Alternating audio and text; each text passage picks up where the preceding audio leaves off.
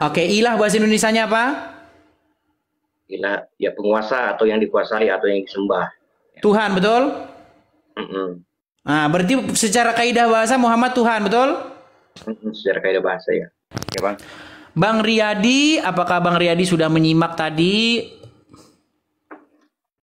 Ya sedikit. Sedikit, Udah. baik. Baik, Bang Riyadi. Jadi gini Bang Riyadi. Menurut Al-Quran, ada nggak orang yang mempertuhankan hawa nafsunya? Ada. Ada. Ya. Orang yang mempertuhankan hawa nafsunya itu adalah orang yang menuruti, patuh, tahluk, tunduk, dikendalikan, dikuasai oleh hawa nafsunya. Setuju atau tidak? Setuju. Baik. Nah, saya punya gambar nih. Saya punya gambar. Ini ada tangan. Kemudian ini ada seorang manusia. Ya. Jikalau manusia ini dikontrol, dikendalikan, dikuasai oleh sang hawa nafsu, sehingga dia melakukan apapun kehendak hawa nafsunya itu, maka itulah orang yang mempertuhankan hawa nafsu. Setuju ya Bang ya? Setuju. Nah, kalau ada seseorang patuh, tahluk, tunduk mengikuti syaitan, dikendalikan oleh syaitan, dia hidup dalam keadaan menghambakan diri, berbakti, mengikuti apapun perintah-perintah syaitan itu, maka dia menjadikan syaitan itu sebagai Tuhannya. Menurut bahasa Al-Quran, betul? Iya. Oke. Saya mau tanya jujur, ini terakhir, kesimpulan terakhir. Anda berbuat seperti itu nggak kepada seorang manusia yang bernama Muhammad? Anda patuh, tahluk, tunduk, mengikuti apapun yang dikatakan oleh seorang manusia yang bernama Muhammad. Anda perbuat nggak seperti itu kepada Muhammad? Saya pribadi yang ditanyakan ya. Jadi begini, sebelumnya saya mengatakan ya, saya bukan seorang ahli hadis, seorang ahli fikih, ataupun seorang ahli Al-Quran. Saya memeluk agama Islam dengan memakai logika saja ya. Kalau memang harus ditanyakan dengan fikih ataupun hadis, saya paling izin pakai Google aja. Menurut saya pribadi ya, Rasulullah itu, Nabi Muhammad memang kita patuh, kita taat, kita tunduk, kita mengikuti, karena memang saya memegang ajaran mazhab yang dinamakan Ahlussunnah wal Jamaah, yaitu orang-orang sekalipun orang-orang yang taat, yang patuh dan mengikuti sunnah-sunnah Rasul. Tetapi dengan catatan saya tidak menuhankan beliau, Pak. Saya mengakui beliau adalah Rasul saya. Nah ini berarti ini yang disebut dengan standar ganda, Bang. Gimana Bang maksudnya? Kenapa saya katakan standar ganda begini? Ya. Kalau ada orang memasukkan apel ke mulutnya, mengunyahnya lalu menelannya, itu disebut memakan, betul? Iya betul. Kalau apel ini saya ganti duku, saya masukkan, saya kunyah, saya masukkan ke dalam mulut, itu disebut juga memakan, betul? Iya betul. Kalau saya ganti buah kurma, tetap memakan namanya kan? Iya betul. Baik, itu artinya kita menggunakan standar yang sama gitu. Nah, sekarang Bang, silakan nyalakan kamera Bang. Oke. Sekarang gini, kalau ada orang yang tahluk, patuh, tunduk, mengikuti apapun kehendak-kehendak dari hawa nafsu, itu disebut mempertuhankan hawa nafsu. Iya. Kalau ada orang yang patuh, tahluk, tunduk, mengikuti apapun perintah iblis, itu disebut mempertuhankan iblis. Betul? Iya. Nah sekarang kalau ada orang yang patuh, tahluk, tunduk, mengikuti apapun yang diperintahkan Muhammad, Iya. kenapa standar-standarnya yang sudah kita bangun, sudah capek-capek kita dirikan bangunan logika berpikir kita, kenapa tiba-tiba runtuh? Ketika itu kita terapkan kepada subjek yang bernama Muhammad. Benar, saya paham maksud kita Bang. Tapi begini Bang, sebelum kita lanjut di pembahasan, boleh saya lihat ayat yang mengatakan hawa nafsu adalah dipertuhankan. Coba saya silakan. Di dalam Quran surat Al-Jathiyah atau Quran yang ke-45, iya. Ayatnya yang ke-23. Silakan Abang cek. Oh iya ada. Ya, silakan Abang baca. Maka pernahkah kamu melihat orang yang menjadikan hawa nafsunya sebagai Tuhannya, dan Allah membiarkan sesaat sesat dengan sepengetahuannya. Dan Allah telah mengunci pendengarannya dan hatinya, serta meletakkan tutup atas penglihatannya, maka siapa yang mampu memberikan petunjuk setelah Allah? Kalau menurut saya ya Pak, menurut logika tadi yang saya katakan, maaf kalau logika saya salah, kata-kata di sini disampaikan hawa nafsu. Ini contoh sebagai orang-orang yang syirik, yang menuhankan, maksudnya dia ingin kaya. Contoh ya Pak ya, dalam konteks kekayaan. Dia hawa nafsunya ingin menjadi seorang yang kaya. Maka dia menyembah iblis, melakukan perbuatan yang syirik. Sehingga dia menuhankan iblis dari sifat ingin kayanya tadi Pak. Tidak ada singgung kata Nabi Muhammad di sini Pak. Itu maksud saya. Ya, yang saya permasalahkan itu begini. Banyak orang tidak mengerti apa definisi mempertuhan. Ayat itu kan berbicara mengenai orang-orang yang mempertuhan hawa nafsu, betul? Ya. Maka mari kita definisikan apa pengertian mempertuhan. Apakah mempertuhan itu adalah menganggap bahwa hawa nafsu itu sang pencipta? Tentu tidak. Apakah mempertuhan itu adalah perbuatan menganggap bahwa hawa nafsu itu adalah hal-hal yang goib, yang memiliki kuasa, ya, sehingga dia bisa menurunkan hujan? Kan tidak. Iya. Mempertuhan adalah satu perbuatan membuat dirimu dikendalikan oleh dia, dikontrol oleh dia, sehingga dirimu takluk kepada dia. Betul atau tidak? Betul. Nah, itulah yang kalian perbuat kepada Muhammad.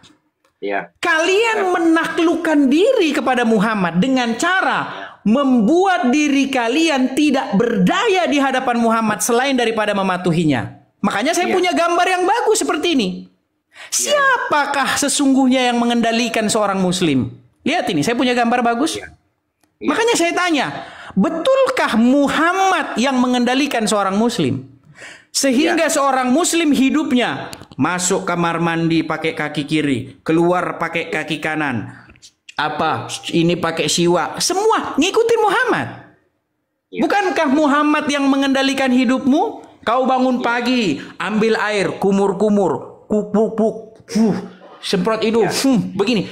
Kenapa? Kau membuat dirimu, betul tidak? Kau sesungguhnya kau telah diatur oleh Muhammad. Kamu harus gini, kamu harus gini, kamu harus gini, harus gini. Betul tidak? Boleh saya menjawab ya?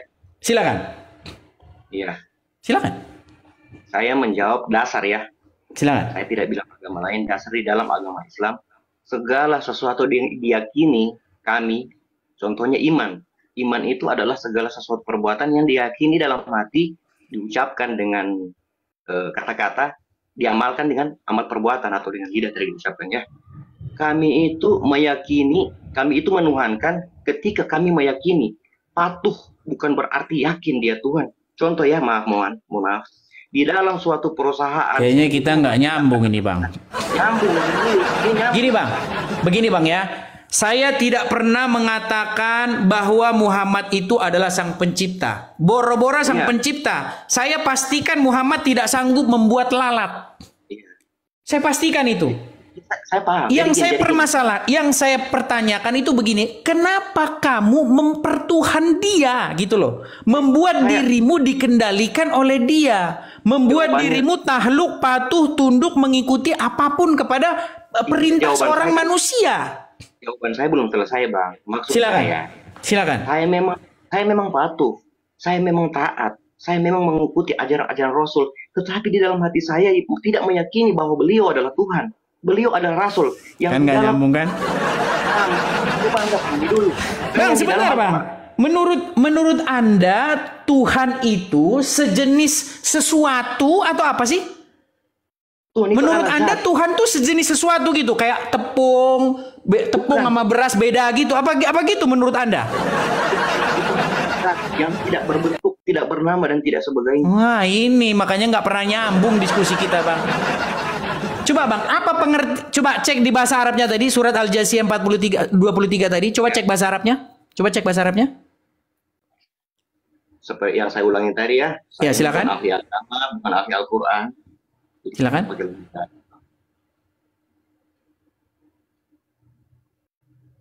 Ya ada. Al-Jathiyah atau surat ke-43 ayatnya yang ke-23. Ada ayatnya, ada Al-Qur'annya ada. Ya, silakan. Silakan dibaca lagi, Bang. Arabnya apa artinya? Artinya saja, Bang. Maka pernahkah kamu melihat orang-orang yang menjadikan hawa nafsunya sebagai Tuhannya dan Allah Oke, membiarkan sesat? stop dulu di situ, Bang. Kata Tuhan di situ bahasa Arabnya apa, Bang? Ilahi atau Rob? Ilah. Enggak ada kata Rob di situ. Di situ bahasa Arabnya Tuhan itu kan terjemahannya Tuhan.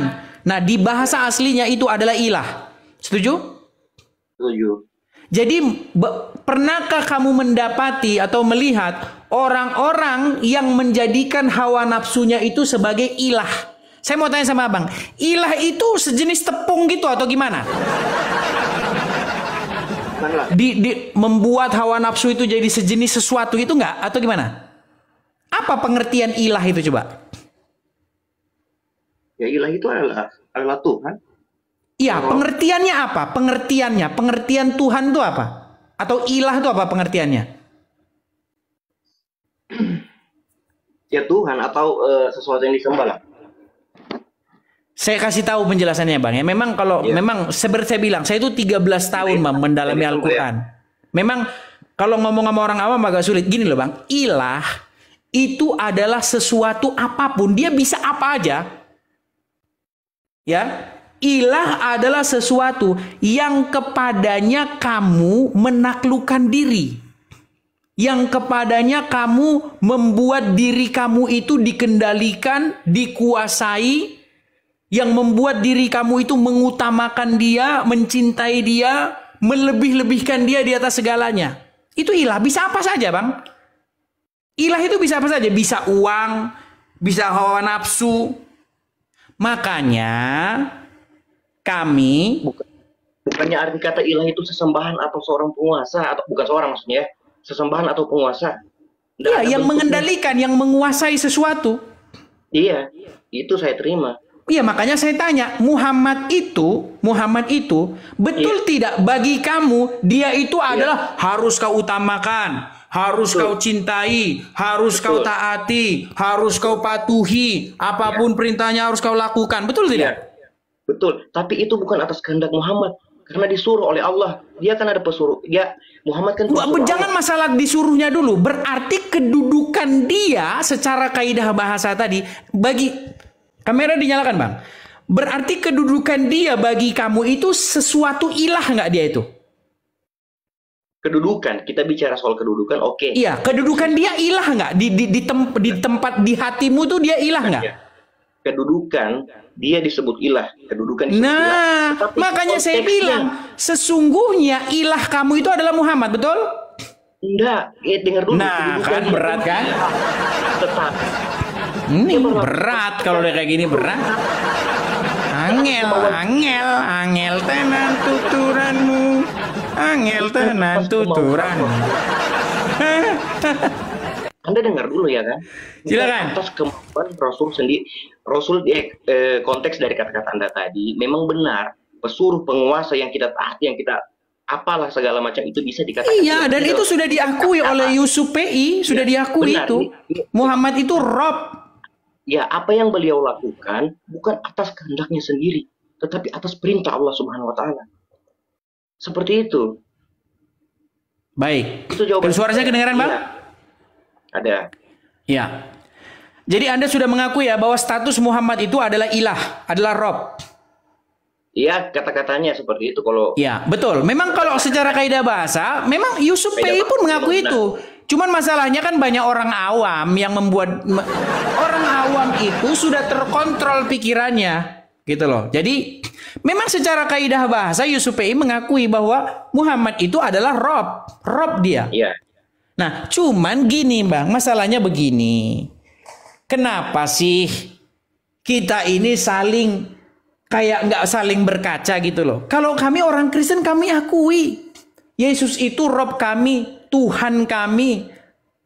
yang kepadanya kami harus tunduk patuh, yang dia itu harus bertahta di dalam hidup kami itu sebagai raja yang menguasai kami, jadi kepala kami. Makanya ketika Yesus tidak jadi kepala kami belok kiri belok kanan, mabuk, narkoboy, itu. Tapi kalau Yesus jadi Tuhan, jadi kepala, jadi penguasa kami ngikutin dia. Nah, makanya Bang, kalau ditanya, terus kalau begitu Tuhanmu banyak dong. Yesus Tuhan, Bapa Tuhan, Roh Kudus Tuhan. Bang, Roh Kudus dan Yesus itu asalnya dari Bapa di surga, seperti Yesus mengatakan, aku udah datang keluar dari Bapa. Jadi Yesus itu bukan Tuhan lain, bukan ilah lain. Roh Kudus bukan Tuhan, bukan ilah lain. Jadi begini, yang datang yang berasal dari Bapa di surga. Nah, sekarang masalahnya begini, Bang.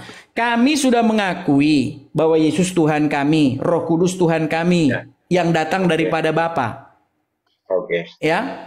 Jadi Yesus dan Roh Kudus berasal dari Bapa. Kalau Anda sebenarnya mempertuhan Roh Kudus, otomatis Anda mempertuhan Yesus, otomatis Anda mempertuhan Bapa di surga. Nah, sekarang yang mau saya tanya sama Anda, kenapa Anda tidak mengakui bahwa Anda sebenarnya merobkan Muhammad? Saya jawab. Pada awalnya saya tidak mau keluar konteks dan saya tidak mempersalahkan konteks agama kalian ya. Di sini saya datang hanya mengklarifikasi bahwa Nabi Muhammad itu bukan Tuhan. Saya datang hanya meluruskan dan mengklarifikasi. Jadi begini. Tadi katanya Muhammad Rob, sekarang bukan Rob. Gimana sih, Bang? Ya gini. Saya baru mau jelaskan. Gini. Jadi gini ya. Pada dasarnya Islam dikatakan setelah menyebut 2 kalimat syahadat. Saya bersaksi tiada Tuhan selain Allah dan Muhammad adalah utusan Allah. Kalau saya mengakui Muhammad adalah utusan Allah, ngapain? Saya bukan di Islam, Pak. Syahadat itu yang mendasarkan. Jadi Muhammad itu Rob atau bukan, Bang? Anda mengatakan konteks kata-kata bahwa Muhammad adalah menyuruh taat. Konteks Bang, kata itu menjawab. Saya tanya singkat aja, Bang. Bang, saya tanya singkat aja. Muhammad itu Rob atau bukan seperti kata pernyataan Yusuf? Oke, saya jawab. Muhammad itu bukan Rob, dia adalah utusan yang diperintahkan agar sebentar Rob, sebentar bukan. Makanya bener kan? Bener kata Yusuf ini. Muhammad adalah Rob, tapi kadang on, memang kadang on. Kadang-kadang on. Kadang-kadang memang gitu, Bang. Susah kalau tempat kami. Kalau tempat kami Yesus itu Tuhan terus, nggak pernah off, nggak pernah on, nggak pernah off. Maksudnya terus dia on terus. Ini Bang, kalau tempat kalian kadang-kadang on, sebentar on, oh sebentar, off dulu hari ini off, besok on, nggak gimana sih Bang, macam sip kerja. Saya dari tadi berusaha, gini Bang, ya dulu ya. Saya dari tadi berusaha memahami apa yang Abang jelaskan. Gantian dong, Abang harus memahami apa yang saya jelaskan. Silakan. Silakan. Oke, penjelasan tolong dipahami ya. Ya, saya mengakui Muhammad dikatakan tadi ilahi itu bukan dari hati. Ingat ini, saya ngakui itu berdasarkan konteks kata. Konteks kata yang dikatakan ketika kita taat, ketika kita patuh, konteks kata benar kita mengakui bahwa dia adalah Tuhan. Tetapi dari konteks perbuatan, Nabi Muhammad berbuat seperti ini bukan atas perintahnya. Dia disuruh, dia diperintahkan. Yang suruh adalah Tuhan. Itulah yang kami sembah. Oke, berarti Allah menyuruh supaya kalian mempertuhan Muhammad. Bukan. Duh, gimana sih? Berarti Allah menyuruh supaya kalian mengilahkan Muhammad. Jadi gini, saya balik bertanya. Tolong dijawab ya. Saya balik bertanya sekali aja pertanyaan. Silakan. Tolong. Silakan. Kita bisa tahu ini. Silakan. Betapa rendahnya seorang Tuhan ketika dia turun ke dunia menyamar. Kalau memang Tuhan menyamar. Menyamar. Ya, jelma. Abang ada Quran di situ? Gini. Abang ada Al-Quran di situ? Saya belum selesai Bang. Gini, saya mau bertanya. Sebentar dulu. Coba bukakan Quran surat Maryam ayat yang ke-16.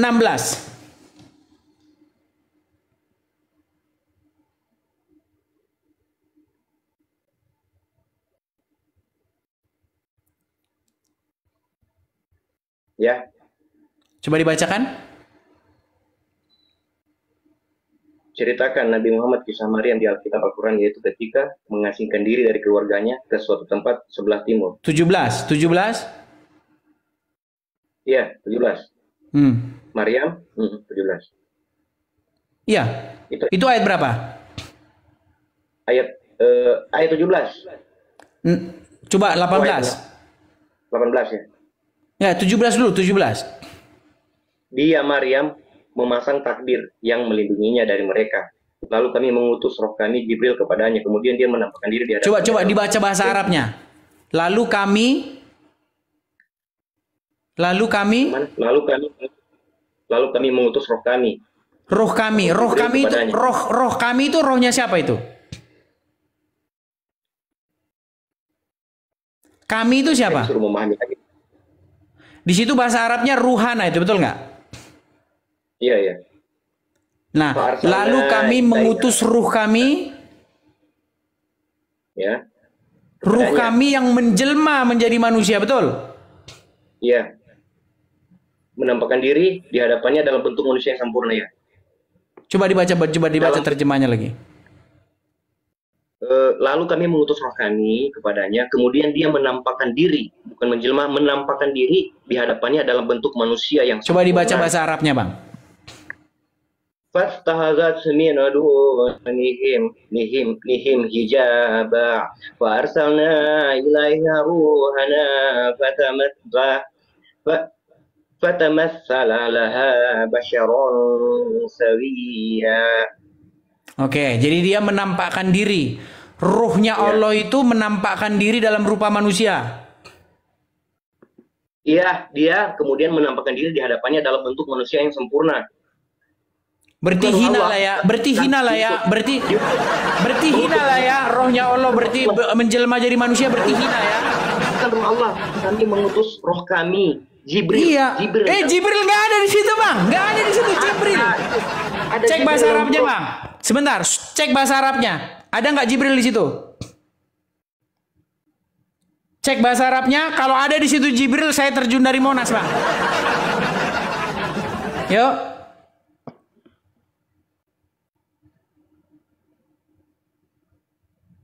Iya, nggak ada. Yang ada di situ adalah rohnya Allah, ruhana, ruh kami di situ Allah nggak? Ada. Farsalna ilaiha ruhana. Iya, ruhana. Kami di situ, ana di situ, Allah bukan? Iya. Nah, berarti rohnya Allah menjelma menjadi manusia, betul? Hinalah dia ya. Hinalah dia merendahkan menjadi manusia ya. Hina ya, Bang ya? Kalau saya katakan hina, berarti Anda mengatakan Anda juga hina seperti itu. Bukan, karena Anda bilang begini loh. Di dalam konsep kekristenan, firman itu menjadi manusia. Dia lahir dalam tubuh seorang perawan, dalam rahim seorang perawan Maria, kemudian lahir. Terus Anda katakan hina, katanya begitu kan? Ya. Betul? Betul. Yang membuat hal seperti itu menjadi hina apa? Yang membuat kalau firman nuzul menjadi manusia, lahir lewat rahim seorang perawan, yang membuat dia hina itu apa coba? Yang berlaku, yang membuat hina kan kelakuan manusia yang dilakukan di bumi ini.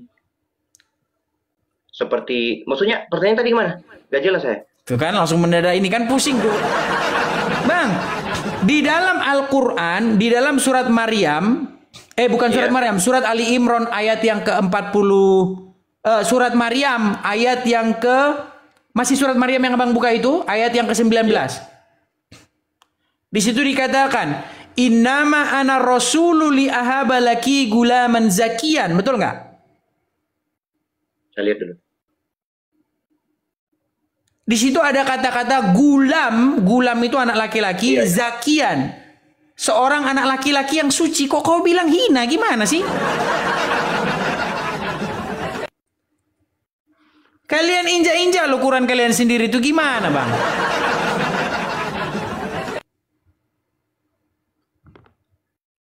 Coba dicek. Maryam 19. Innama ana rasulu li ahaba laki gulaman zakian. Betul nggak? Iya. Betul? Di dalam terjemahannya anak laki-laki yang suci, betul? Iya. Mana di situ dibilang hina, Bang? Iya. Terus kenapa Bang bilang hina? Gimana sih, Bang?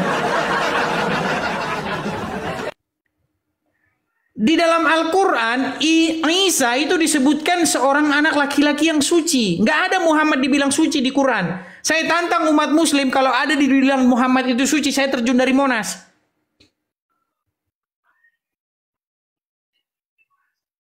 Oke, Coba kalau ada nggak gitu dalam gini, Bang. Quran pernyataan bahwa Muhammad itu seorang yang suci?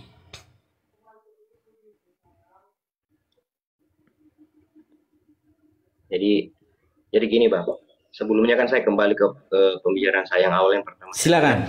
Silakan. Klarifikasinya, saya di sini bukan saling menyalahkan agama. Lakum dinukum waliyadin, agama. Betul, kita hanya diskusi saja, Bang. Kita diskusi meluruskan pandangan-pandangan yang selama ini Anda hanya mengikuti ulama, bukan yang tertulis dalam Quran itu. Ya, mungkin kalau kita bahas terlalu jauh, memang ketidakpahaman saya mungkin akan dikalahkan oleh Abang. Di sini saya mengklarifikasi bahwa Nabi Muhammad bukan Rob. Kenapa ya? Ini kembali ke tadi ya. Tadi Rob, sekarang bukan. Gimana? Tadi Abang bilang Rob. Tadi barusan nggak Abang bilang bahwa secara kaidah bahasa Muhammad itu adalah ilah?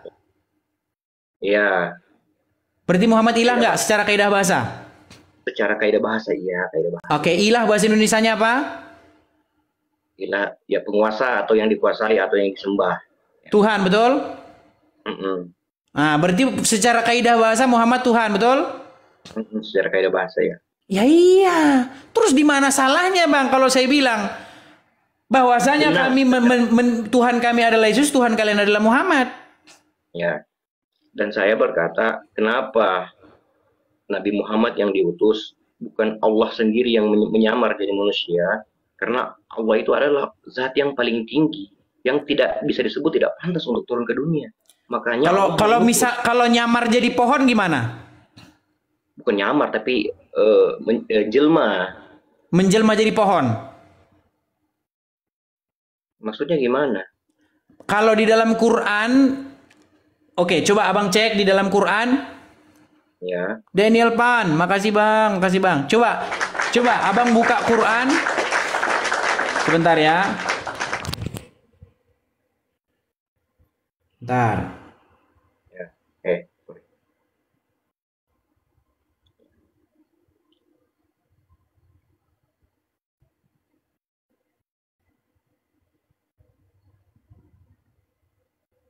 Coba bukakan surat ke Al-Qasas. Ya. Ayat yang ke-30.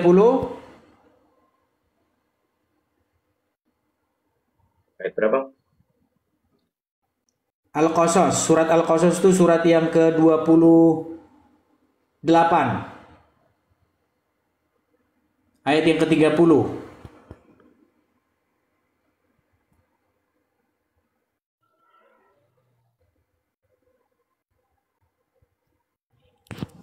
Oke. Ya. Coba di situ dibacakan. Maka ketika Musa sampai ke tempat api itu, yang itu kan?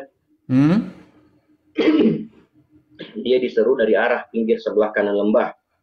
Dari sebelah kanan lembah. Dari apa? Ya. Ujung-ujungnya dari apa? Dari sebatang pohon, betul nggak? Dari sebatang pohon kayu, betul nggak? Iya, sebatang pohon.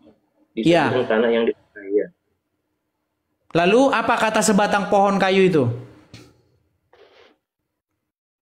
Wahai Musa, sungguh aku adalah Allah, ya Tuhan seluruh alam. Oke, suara itu keluar dari mana? Suara sesungguhnya aku ini adalah Allah. Itu keluar dari mana suara itu didengar Musa? Dari kata ini anallahu rabbul alamin. Kata-kata ini sesungguhnya aku ini Allah. Ini anallahu rabbul alamin. Sesungguhnya aku ini Tuhan semesta alam. Keluar dari mana suara itu? Dari konteks kata dia mengatakan ya memang keluar dari pohon. Dari keluar pohon, berarti Tuhanmu wujudnya pohon. Jadi gini Bang. Sebatang pohon. Ya. Jadi gini Bang ya. Oke, sebelum terlalu jauh, kembali lagi ya. Saya katakan tadi, saya kalau bahas terlalu jauh, saya pasti kalah karena pemahaman saya mungkin tidak pada. Makanya saya begitu, Bang. Iya, makanya begitu gini, Bang. Jadi kalau kita sebenarnya baca Bible, Al-Quran itu memerintahkan loh kepada abang, disuruh beriman kepada kitab-kitab sebelumnya. Sayangnya, abang nggak beriman kepada kitab-kitab sebelumnya. Abang beriman kepada kitab-kitab sesudah Al-Quran, kitab karangan ulama. Padahal di Quran itu bang, nggak pernah ada di Quran itu. Berimanlah kamu kepada kitab-kitab yang sesudah Al-Quran ini. Kitab karangan ulama ini, syekh ini, kitab ini. Nggak ada bang di Quran. Yang ada Anda disuruh beriman kepada kitab-kitab sebelum Al-Quran. Ketika Anda baca kitab-kitab sebelum Al-Quran, ya Anda akan dapati bahwa Tuhan itu berbicara dengan para nabinya dengan perantaraan Sang Firman. Ya. Jadi selalu firman. Makanya firman Tuhan datang kepada Musa. Firman Tuhan datang kepada Yesaya. Firman Tuhan datang kepada... Firman Tuhan itu yang datang. Ya. Nah, makanya di dalam perjanjian baru, firman itu menjadi manusia. Menjadi manusia dia. Dan dia diam di tengah-tengah kita. Dan kita telah melihat kemuliaannya. Ya. Jadi dalam agama kami, sang firman itu menjadi manusia. Kalau dalam agama Anda, firman jadi buku. Kembali ke lakum Dinuliyadin. Saya datang ke sini kembali lagi ya. Biar di akhirat nanti menyaksikan bahwa saya pernah datang untuk klarifikasi ketika Rasulullah dianggap sebagai Tuhan untuk meluruskan. Biar menjadi saksi nanti. Bukan meluruskan bang, Anda mengiyakan. Anda mengiyakan tadi Muhammad itu adalah ilah, betul? Untuk kemudian bang, udah dulu bang. Untuk kemudian salam toleransi bang. Salam toleransi ya bangku, ya bang. Ya, bang. Ya, makasih banyak bang ya. Baik, terima kasih bang, terima kasih bang. Bukan meluruskan abang sebenarnya. Oke, aku turunkan ya bang ya. Ya bang. Oke, makasih bang. Makasih bang ya. Bukan meluruskan, mengiyakan. Abang sudah mengiyakan kok bahwa Muhammad itu adalah ilah gimana? Aduh, bukan meluruskan bang. Aduh, makanya kalau secara kita itu belajar itu dari kaidah bahasa itu loh, pengertian kata. Kenapa sih ada dua orang berdebat? Kenapa ada suami dan istri berdebat? Karena keduanya itu tidak setuju dengan definisi sebuah kata.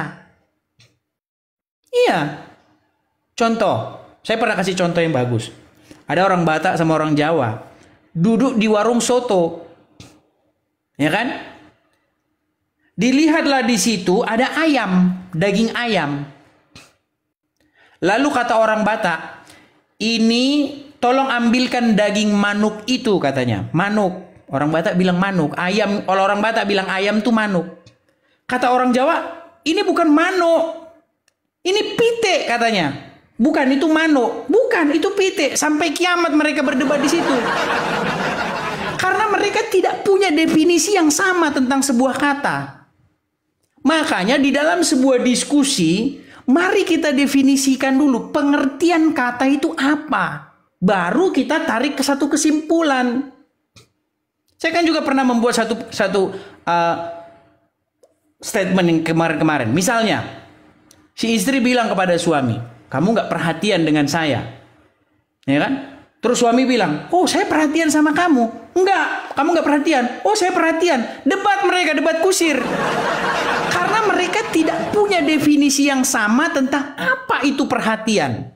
Makanya kita definisikan dulu. Yang dimaksud perhatian adalah bla bla bla, poinnya A B C D. Baru kita simpulkan dia perhatian atau enggak kesimpulannya. Nah, sama dalam sebuah diskusi yang akademis, dalam sebuah diskusi yang ilmiah juga seperti itu.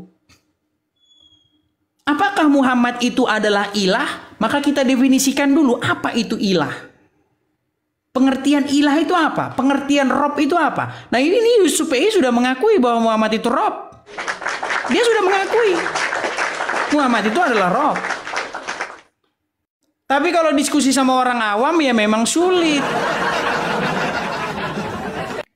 Gitu loh. Ya, supaya kita tidak debat kusir gitu loh. Mari kita diskusi yang ilmiah akademis seperti itu. Ya.